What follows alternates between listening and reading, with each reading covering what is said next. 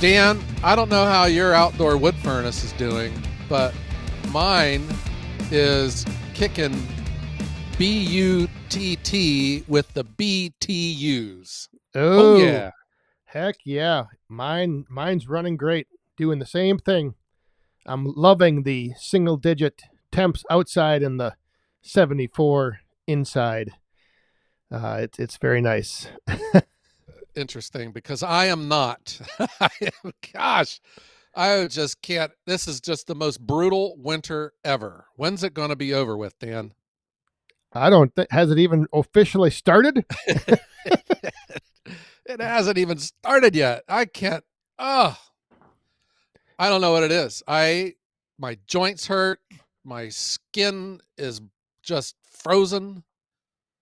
I will come in from my morning task for lunch, and then I find it hard just to get off the couch, man. Yeah, It's that's brutal. that's nothing to do with the weather. That's called getting old, or actually Yeah. being Uh-huh. old.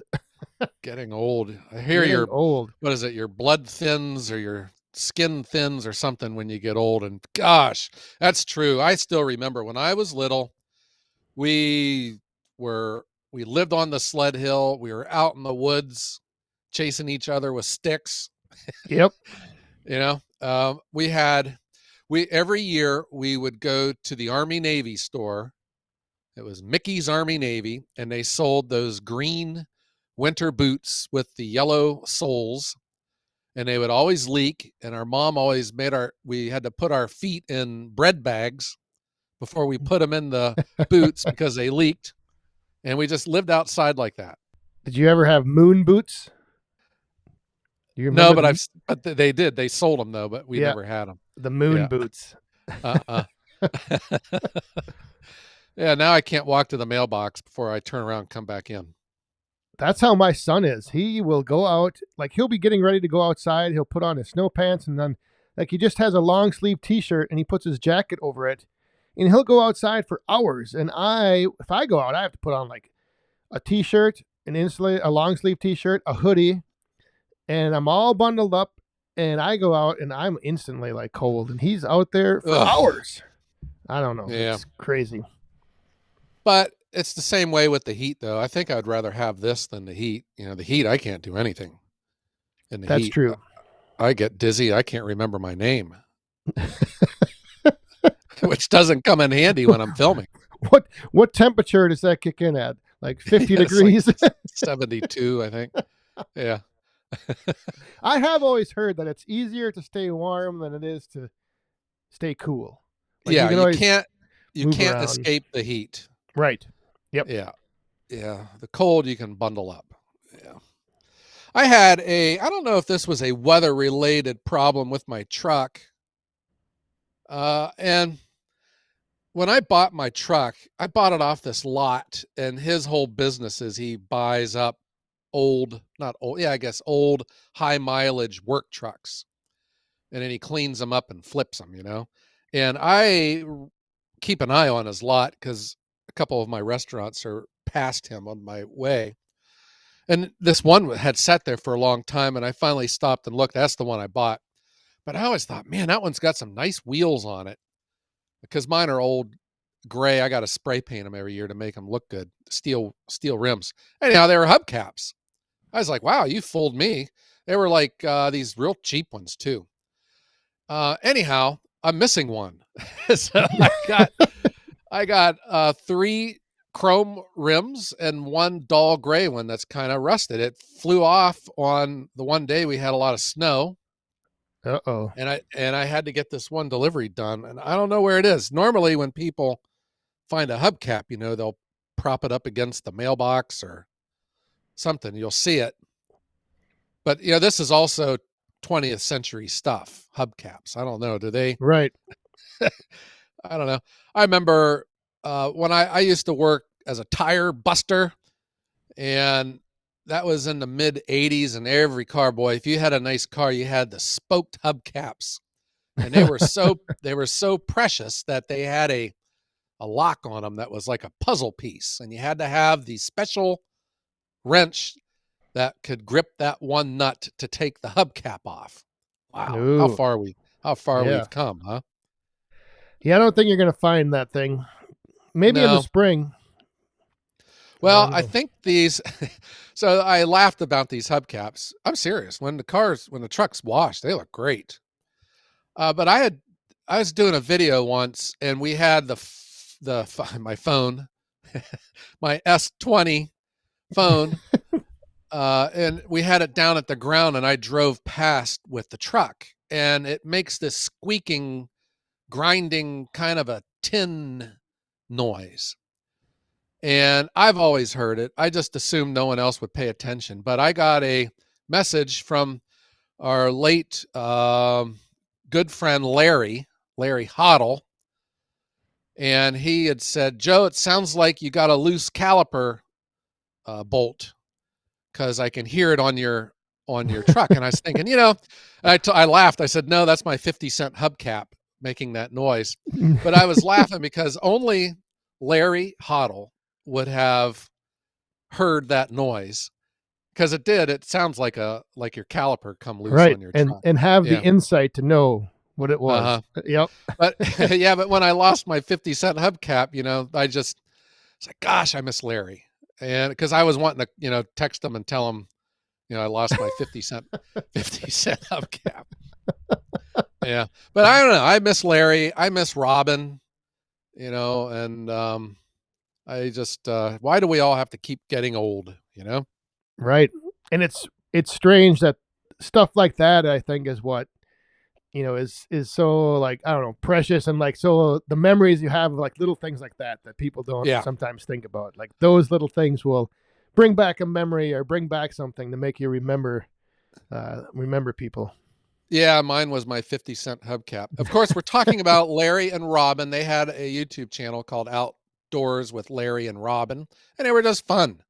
Yep. They would just document their day, and you just felt like you were along with the ride with them. And they were regulars at all of the trade shows. And I had a spontaneous lunch that I put out. And they drove all the way up from Virginia to spend lunch, for a couple hours where we did a live stream. And they were just a lot of fun. I miss them. But I'm starting to, I don't know if it's just this holiday stuff, you kind of wish that, your parents were still around, or your siblings that you've lost, people that are special to you. The other one is Bill Obermeyer, Obi. Obi. Oh my goodness. Yeah. Gosh, I still Yep. can't get over, that he's gone, because he was just nice and Yep. fun. I had a lot of conversations, well, chat messages, text messages, with him always throughout football season, with Cincinnati Bengals. That was his Yeah, the favorite team. Bengals. And then, just the timing of everything being that weekend of the Paul Bunyan show. So like now that always, brings back memories when, Yeah. Paul Bunyan show, when you're going down to it, and like, yeah, it's crazy. We're making our updates to the website for the International Firewood Expo, and some of the videos of past events. There's some uh, videos of Bill Obi in the Yep. background, moving logs around and all, and Always he's doing wearing his something. gloves, Oh those my gloves gosh. that I had taught him how to make with with the interliners. Like, gosh, Oh yes. Yeah, it's like I said, it's always crazy the little things that bring back those memories, and thinking of some of the fellow woodhounds that are now in the big wood yard up in the sky. yeah. So Dan, I just wish sometimes I had a magic wand and could just fix the world. Yep, that would be nice. And I know Yeah. exactly what you mean. Uh huh. Yeah. So I don't know. Until that day comes, I guess we'll just have to rely on social media and comments and Facebook Oh, oh to no. yeah. Uh-oh. What How's kind that of for a turn is transition, huh? what kind of Yeah. turn is this conversation going to Yeah, take? no, this is good. I stumbled upon a Facebook, I don't know, what do you call these things? Group group pages? Yeah, Page? group Yeah. page. User It group. was for firewood people. I think the people that sell it. And it was the question, someone brought up the question, do you sell seasoned firewood for more than you would sell your green firewood. So is seasoned firewood worth more than green firewood? I found the debate interesting. Ooh. And just to make sure, we don't mean the color of the firewood when we say green. We mean green as in not ready to burn, freshly cut. When a Yes. tree is, alive and living, there's a lot of water in the wood that needs to be dried out or seasoned out. And so seasoned wood or green wood, we're not meaning like brown, black, green is Yeah. not ready to burn, typically. Or Not ready to or burn. had a bunch of salt and pepper put on it, right? Yes. Yeah. Yeah, the question was, is seasoned firewood worth more than green firewood? And when I first read this, I was thinking, well, what's the debate here? you know? I mean, the answer is yes, it is. It is totally worth more than green firewood. But then reading the comments, I there were a number of people who said no. And I read into these kind of comments too, but I felt it was an insight to the way people view the firewood industry, the people that view their role in producing or selling firewood. Found it interesting. But what do you think, Dan? Is seasoned firewood worth more than green firewood?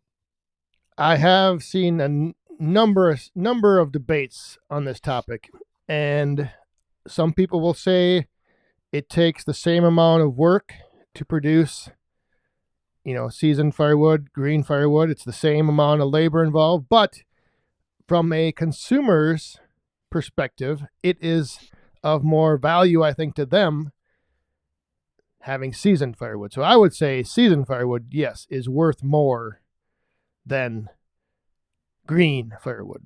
Yes. Well, I mean, we could just end this episode right now because guess what? The answer is yes, seasoned firewood is worth more. Now, um, it gets down to what do you want to sell it for? And that's where, from reading a lot of these comments, I was starting to get a better insight into the way people view firewood. And what I would always remind people is that firewood is a commodity. And when you hear people that view a stick of firewood's worth as simply the sum of the labor he or she put into it, that tells me that they view, the firewood as simply a commodity. They don't see, appreciate, or care about adding value to it, which would make its price go up. Yes, I agree. It's a lot of people, I think, look at it through the wrong lens, if you will. Like Yeah. their lens from the perspective of them producing it as opposed to a consumer side. Like that's where, if one thing ready to burn, premium firewood that's maybe barkless or a certain species, if you separate that out, that adds value, I would think. Yep. And coming from a consumer side, like if you look at it that way, if it's worth more to the consumer, it should then be worth, you should sell it for more. Right. Yeah, I totally agree. Well, when I hear people say that, though, about I put the same amount of labor into that wood if it was dry or green, I bet you they wouldn't say that, though, if the wood was pine versus oak. Mm, probably So are not. you so are you telling me that your firewood is a sum of your labor power put into it? Well, then how do you explain oak commands a higher price than pine? Oh, good point. Yeah, Yeah. I've heard that argument as well. Like pine is not worth as much as oak. Yeah. Well, this is what is a recurring theme for me that I just keep hammering away at this fact. Sell it the way you want to, have at it. But if you have rested that approach on incorrect conclusions, because you're just used to hearing, the chirping that goes on out there about firewood, that is where you're leaving money on the table. Because if you have a stack of wood that's been sitting for 6 months, you can command a higher price for that than something that you just split yesterday. It's absolutely worth more. Now, if you don't care, then good enough for me. But just know what you have, because everything that you do adds value to a raw material, which is a tree or a log that poles that you had delivered to your yard. The sum, the amount that you would pay for all of those logs dropped off in your yard by a logger, by the time you're done adding value to them, they're worth a lot more than what they were as logs, poles. You with me? Right. Yep.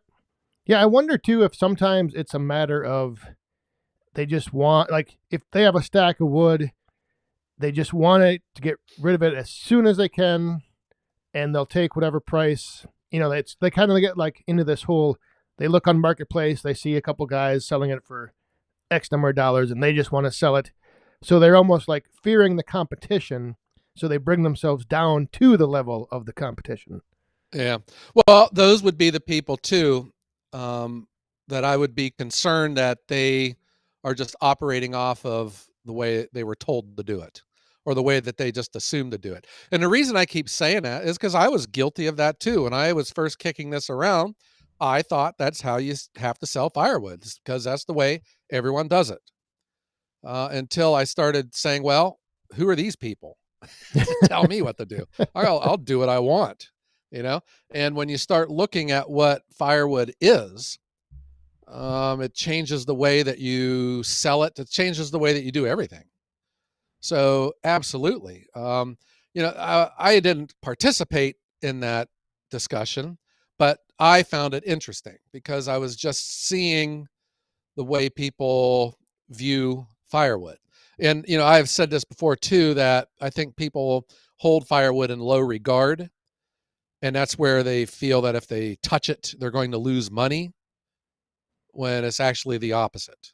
You're going to make more money if you process it farther. But not if I can't sell it, because Billy Bob down on the corner has his firewood for listed half of what I want to sell it for. Yeah. Well, here is what I will challenge you with. I'll I need if someone out there take me up on this challenge. If you are selling firewood, okay, and let's just make this easy. You're going to sell a third of a cord, or also known as a face cord, also known as a rick.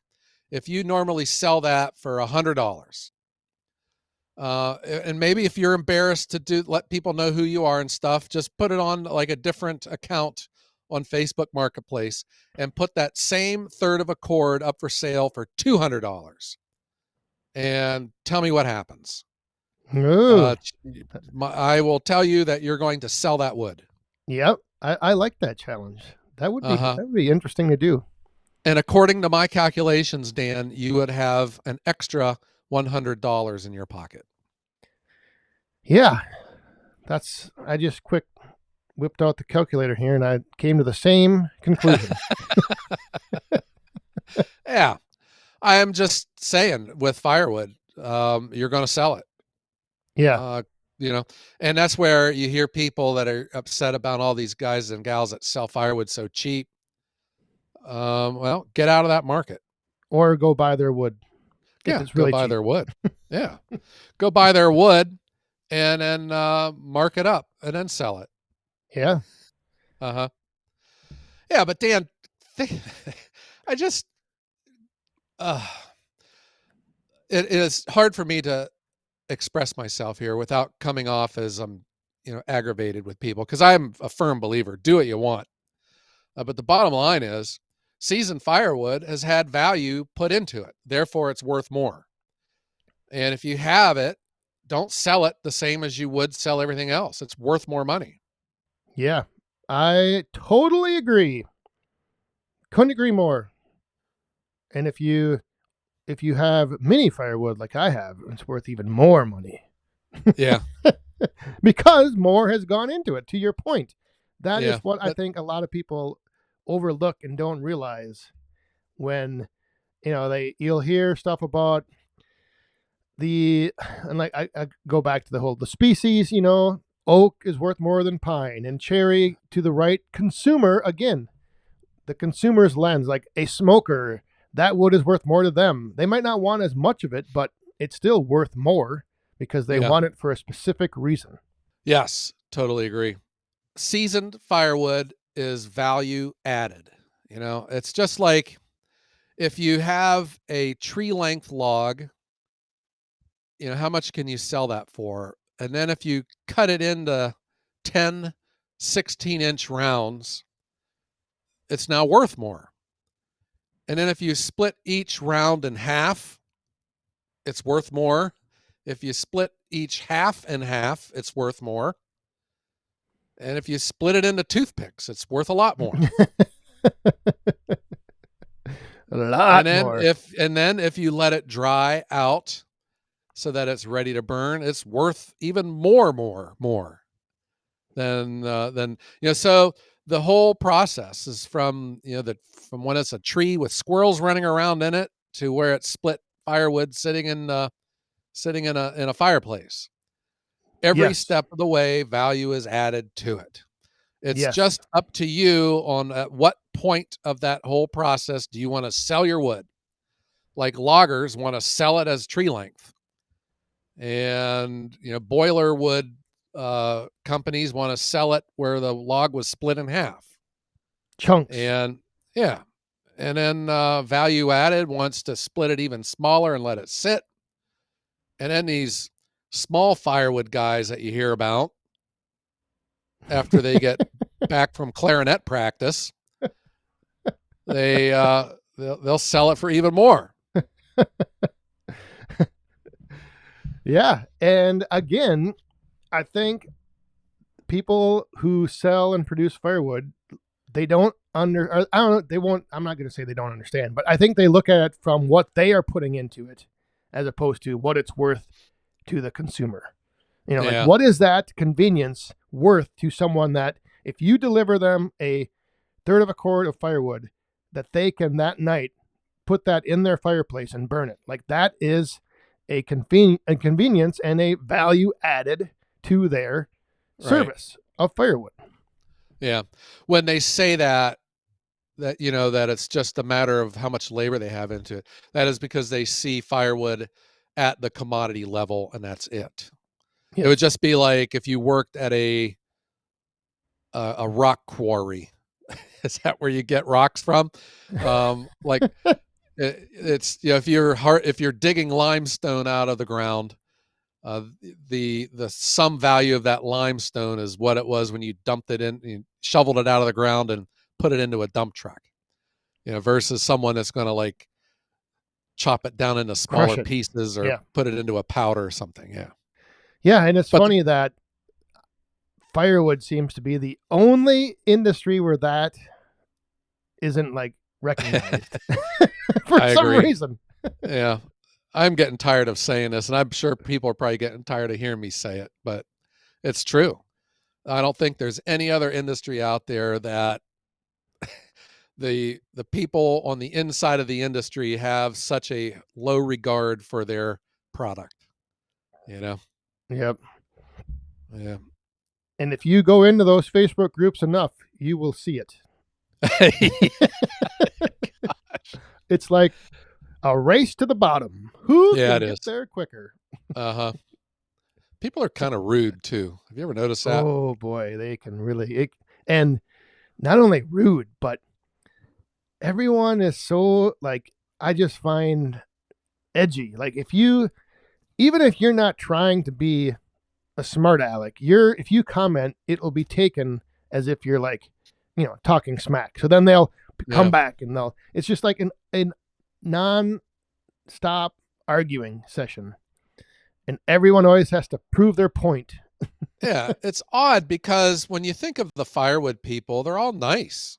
If you're at the Paul Bunyan show or at a charity function or a trade show, the International Firewood Expo, everyone you meet's nice. They're fun. They Yeah. enjoy themselves. But gosh, on Facebook, the people are just brutal. the strange thing too is the, I guess, disdain people have for others who get more for their firewood. Like you don't see like if Ford came out with a new truck and they had it priced at $120,000, you wouldn't see all these Chevy people saying like, "Oh my gosh, what are you doing?"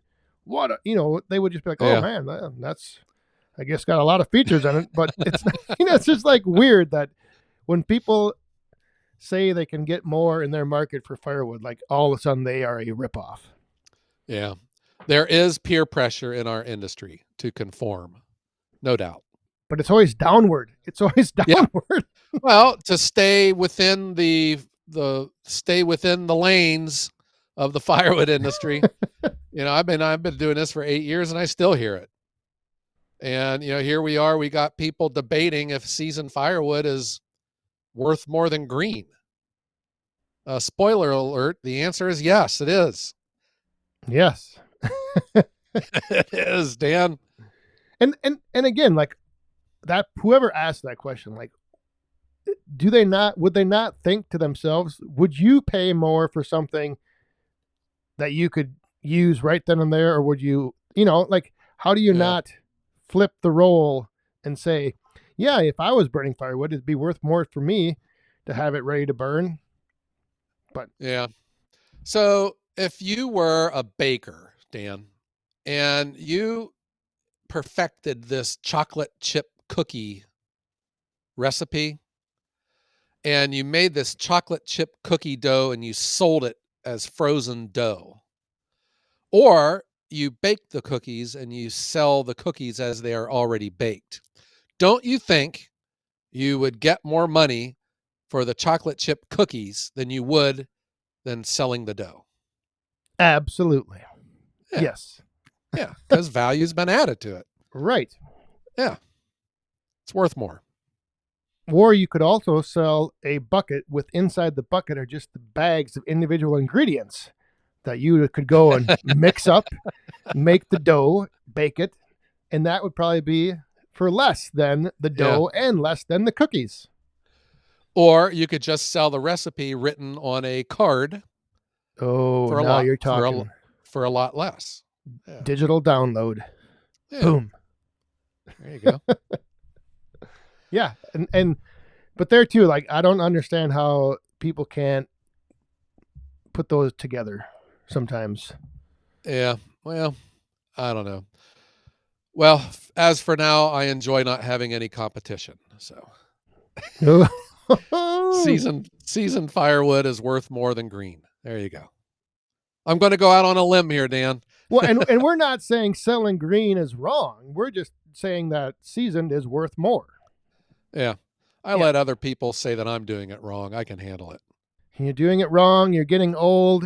You're always cold. What? I mean, geez. Yeah. I got 3 hubcaps. And you're missing a hubcap. I would just take the other 3 Uh-huh. off so you're balanced, even. And all the tires leak air. You're probably driving down the road sideways with that one side off balance. No, I'm driving sideways because the truck is 2-wheel drive. And yeah, that one truck, it could be July in a Walmart parking lot. And if you have like too much ice in your big gulp, you'll start spinning that one tire. Yeah. I know what you mean. I've had vehicles like that. It will sit there and spin its tire until Easter. It will. Oh my. All right. Well, I think we may have solved or answered the question from that user group. Maybe we should go find that. Do you have it bookmarked? We can go tag this episode. Yeah. And drop it in the comments. Yeah. And say, here's your answer. Yeah. Here's the answer, but do what you want. Right. Yeah. I think that's our I hope we don't come across as, not that, I hope we don't come across as we have anything against anyone out there. We don't have anything against other people. We're just saying What we think. Yeah. Well, and that's, like most opinions are always opinions, but in this case, we're right. So here you go. Seasoned firewood's worth more than green firewood. Boom. All right. Yeah. Strike up the band. Yes. Boom. Mic drop. Uh-huh. Yeah. So strike up the band, Dan, and let's go on out into the cold. I got to go get the mail. Oh, I hope you survive. Got a Bundle whole up. week worth of mail in the mailbox. Right? Your mailbox is quite a ways away from your house, though. Yeah, it is. Yeah. All right. Well, thanks everyone for tuning in to the number one firewood podcast in the world, the Woodhounds. Yeah, and you can listen to us on all the major streaming services that are out there. And we would like to tell everyone who's listening to sell